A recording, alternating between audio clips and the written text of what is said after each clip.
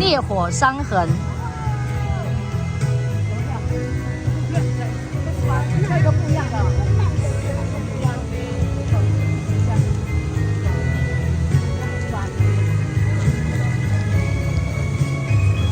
我刚修的。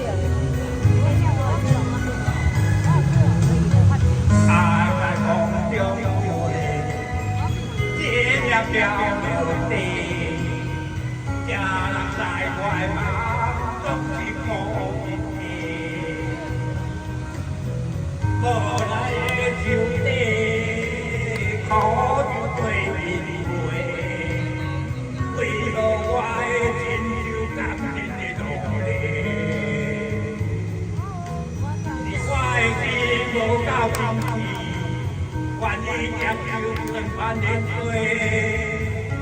นที่ออกหามเอที่ทำหลายเส้นมีเจ้าเตกว่าเจ้าเตกว่าเกี่ยวอายอันว่าโอ้ยคนกลับว่าคนกลับว่าคนกลับว่ายามป่วยไอ้เจ้าการเดินดีว่าเว้ยคุยคุยด้านเราเว้ยแต่เจ้าเด็กไอ้ว่าว่าว่าเว้ยโอ้ยเด็กกับยาบุกีสิมยาเจ้าเด็กอะไร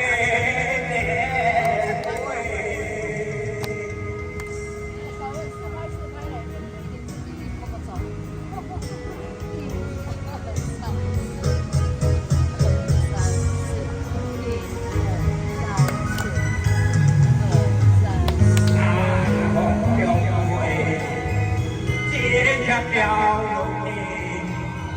家人在怀抱都是过一天。何来的手底，可有对面过？为何我的亲友感情的路？我的心无够深，愿意叫我的罪。这里我暗地通来写，你走的我走的我就爱安怎做？可以更加我更加我更加我相对，爱世间的美丽，看袂开的天地。真的是为难老辈，在走地里爱话话些，问我为何人家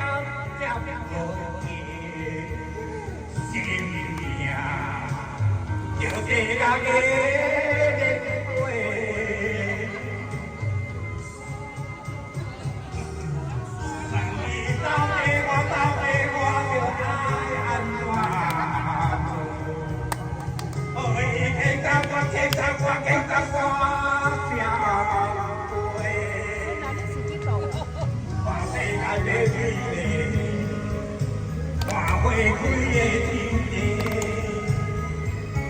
山的最为难